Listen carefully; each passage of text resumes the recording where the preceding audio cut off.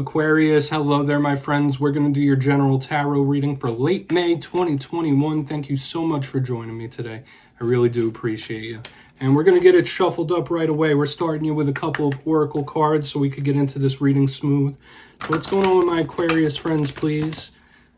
Late May 2021. I really hope you're all well. And we're just going to have a quick look at these. We're not going to spend a lot of time on these oracles. Then we're going to get into the full tarot reading itself. And at the end, I'm going to pull you a bonus spread with the Starseed oracle, which is always a nice way to end off a reading. Okay, so what's going on with my Aquarius friends, please? Okay, you have Lady Luck starting you off. That's a really good omen. That's a really good way to start any type of reading. I'll just say that. She's an awesome card. And we have the Puppeteer as well. So we're going to talk about these real quick. But before I do, if you're new here, I'll be speaking about the May subscriber surprise towards the end, so you might want to check that out. Now, into this reading, let's go. Lady Luck, you cannot mistake the energy of this card. You cannot mistake the symbolism. You see the repeating sevens. You see the four-leaf clovers, the jackpot being hit on this machine. You might have a good swing of luck coming your way. Now, when we speak about the reading from last week, this kind of ties in with the energies we were picking up last week. Very similar to the Wheel of Fortune, things changing, things shifting in a positive manner, in a positive direction. You might want to play the lotto in this time. Now, as we move forward, we have the Puppeteer. I don't always feel like this is a bad energy, although it could be. Maybe someone in your life is a little more controlling than you'd like them to be. But this could easily be you trying to exact your control in specific areas of your life. Get certain things lined up, get certain things ready, and moving forward in a positive fashion. I feel like this could be either way, a good or a bad card. Hopefully it's not someone being a little overbearing towards you though. So as I said, it doesn't make or break the reading. We're going to get into the tarot reading itself. Those are just little energetic statements for us to take a look at. So let's shuffle it up one time for Aquarius, please. My gods and spirit team. What's going on, my friends? We're going to get you these three in the upright, then I'll intuitively clarify them.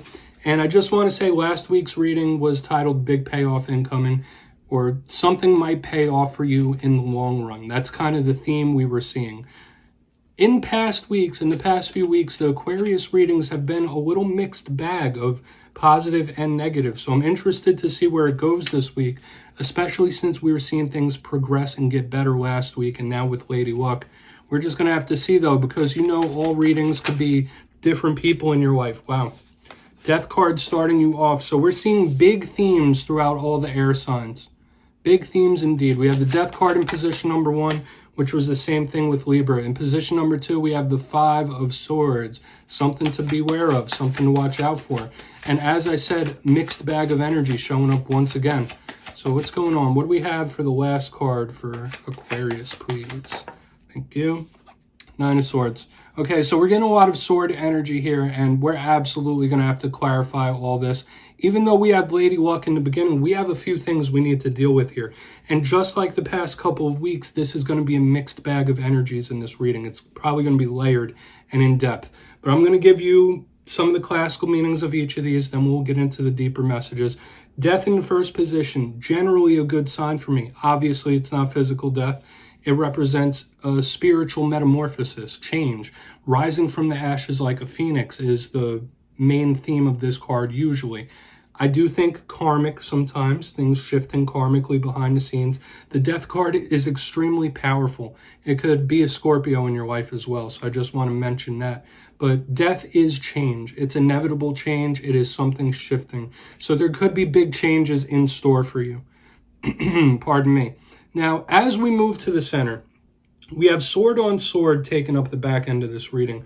So the mind might be going a little more than usual. There might be something you're stressing out a bit with, or someone you're attached to that's stressing more than usual. But with the 5 of Swords in the center, beware of little arguments and conflicts. This is somebody that's extremely competitive. This is my card that does represent people with narcissistic tendencies. Win at all costs. Get it done. And we did see the control in the beginning with the Puppeteer, and this is kind of showing up once again, that beware anyone might be trying to exact control over you. And just watch out for temper flare-ups with a card like this. It can also be a competitive type of energy similar to the 5 of Wands, so maybe you're feeling a little competitive, those juices might be flowing, but we'll see what's up. As we move to the back end though, we have the 9 of Swords. somebody stressing. You might be having issues in the night. You might be having issues sleeping. This is also a card to me that highlights and signals supernatural situations. So some of you might be experiencing supernatural things when this card shows up. But if that's none of it, if none of that's hitting for you and you're sleeping sound as a baby, that's beautiful. It might just be someone you're tied to that's having a rough time in the night. There's a big focus on that here with this card. Someone's stressing, anxiety.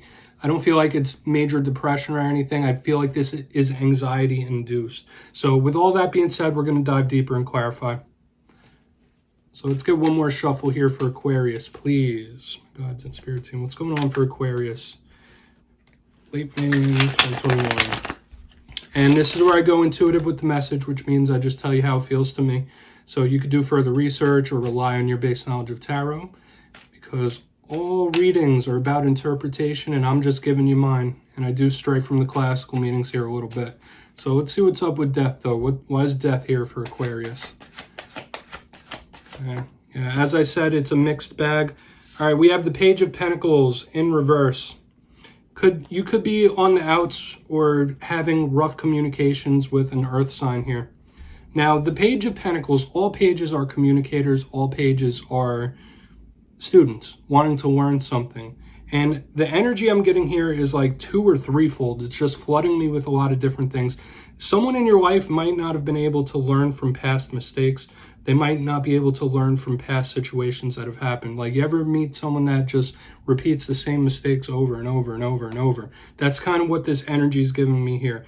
It can also be miscommunications. That's another thing. So beware of miscommunications, especially since we have the 5 of Swords.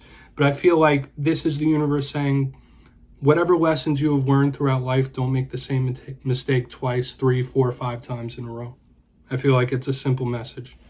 Not coming at anyone sideways, not trying to attack anyone. That's just how the energy feels to me. So let's go in on this 5 of Swords. Okay. Yeah, and you could just assign that to someone in your life if it makes sense. Why is the 5 of Swords here for Aquarius? Please and thank you. Okay. 7 of Swords in reverse. We're getting more sword energy. And this is the energy of revelation to me, or something being made clear. Seeing something for what it is. And right here in the center, I feel like this is the cold, hard truth being made known. That's just how it intuitively feels to me. With the 5 of Swords, as I said, that's a cold, competitive card. And the 7 of Swords showing up in reverse, something being revealed and made known. Like, you either might accept the cold, hard truth about a situation, or you might even reveal a cold, hard truth about a situation. I do feel for a lot of you, it might just be an inner realization of seeing something for what it is. The truth. Like, just what it is logically, trying to detach emotion from it. We're getting all sorts of things here. But if that doesn't hit, this could just be a revelation of some sort, and it could cause conflicted feelings. So the energy of revelation is here for sure. Makes sense with the 9 of Swords here on the back end. So why is that 9 of Swords here for Aquarius? Then I'm going to pull you the bonus spread, which I'm happy about doing this week, especially when we have so much sword energy. Why is the 9 of Swords here for Aquarius? You know I'm an optimistic, positive reader, and boom, there we go. Tying off the reading in a perfect way. We have the Wheel of Fortune on the back end, which is beautiful. We started the reading with Lady Luck, okay, who I said is just like the Wheel of Fortune, and we end it with the Wheel of Fortune literally under this 9 of Swords. I feel like I am urged to tell you that everything is going to be okay. We have 2 big cards of karma bookending this as well, with Death and the Wheel of Fortune. So there are the karmic shifts going on behind the scenes, that's for sure. Whether you're going through a rough time, emotional roller coaster, this, that, and the other thing. I know we were speaking on some tough topics here, but with these karmic wheels of turning, that's good to me. Under this 9 of Swords, though, this could be someone reaping karma. Okay, what they've put forth, they're getting back in return. So I feel like for some of you, you might need to know someone you've been tied to in the past might be getting a dose of karma in this time. And it's something I've been seeing through every single air sign this week, is karma has been a footnote in every single reading, and it's showing up in yours. So there could be karmic consequences or karmic rewards coming in, but I do feel the main message I need to tell you here is that everything is going to be okay. Changes are coming, shifts are coming, and everything will be fine. Because this is one of the most positive cards to me, the Wheel of Fortune. And whether it comes out in the upright or reverse, to me is a good positive omen of positive change. So coming up under this Nine of Swords, even though someone might be stressing something in their head, thinking about it a lot, might be losing sleep about something, the Wheel of Fortune here just tells us everything's going to be okay. It's going along the karmic route, the karmic plan. I feel like it's good. So quick recap. In the beginning, we have Death with the Page of Pentacles in reverse, if you want to look down into the box. To me, this could be someone not learning from past experiences, not learning from past mistakes. And this could also be somebody, if you're not on the outs with an earth sign, having a miscommunication, especially when we tie it to the Five of Swords, Seven of Swords in reverse in the center. You could be seeing something for what it is, seeing something extremely clearly, or a revelation could be coming in for you, whether that's an inner revelation or a revelation about others. On the back end, we have someone stressing out with this Nine of Swords, but we have the Wheel of Fortune closing off the reading, telling us everything's going to be okay. There is a big energy of change around the Aquarius collective, hopefully change in the better, change for the positive. Bookending this reading. So I'm going to pull your bonus spread real quick. Okay, very layered, very in-depth type of reading this week, Aquarius. Mixed bag, just like it's been for the past couple months. And we are going to shuffle these up. Starseed Oracle, what does Aquarius need to hear, please?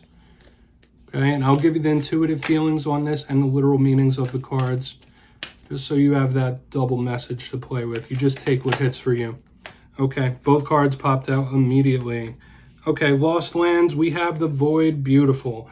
I like when the Void shows up in the reading because to me it's endless possibilities. Even though the card itself is the plainest one in the deck, all things come from the darkness. To me that represents the etheric world, the realm of manifestation, the realm of thought. So there might be big possibilities coming in for you when the Void is here. Also possibilities to create your future the way you want it. We all come from a void. Everything comes forth from the darkness. Light springs forth from it. So know that now might be a very powerful, energetic time of creation for you. And recognize that. It literally says, embrace winter, the great cosmic womb. Yes, life is all about ebbs and flows. Good, bad, positive, negative. That's just the game we play when we come here.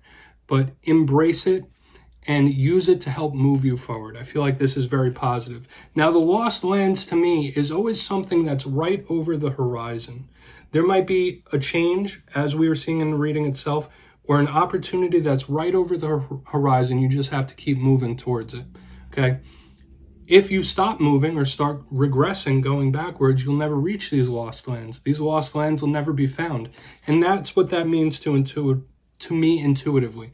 It says soul memories and gifts. You've done this before, so it is important to remember as well, especially when we have karmic energy swirling all around, that for most of us, we've experienced lives incarnated here on earth before.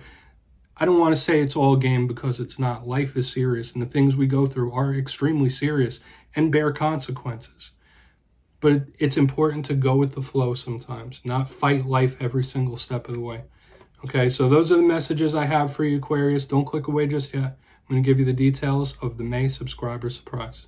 For the May subscriber surprise, I'll be giving away 2 copies of the Everyday Witch Tarot. It's a beautiful deck and it will be done at random. So if you're new here or you haven't entered, it's just 2 quick things to get your name in for this. First, you must be subscribed, of course, because it's the subscriber surprise. And second, let me know down in the comments what type of readings you would like to see from me during midweek. As a lot of you know, I publish on Saturdays and Sundays, and I want to give more to you. So whether it's a live, a pick a card, whatever you'd like, let me know down there, and you'll be entered to win. At the end of the month, I'll announce the winners in my community tab. As always, my friends, much love, and I'll see you next time.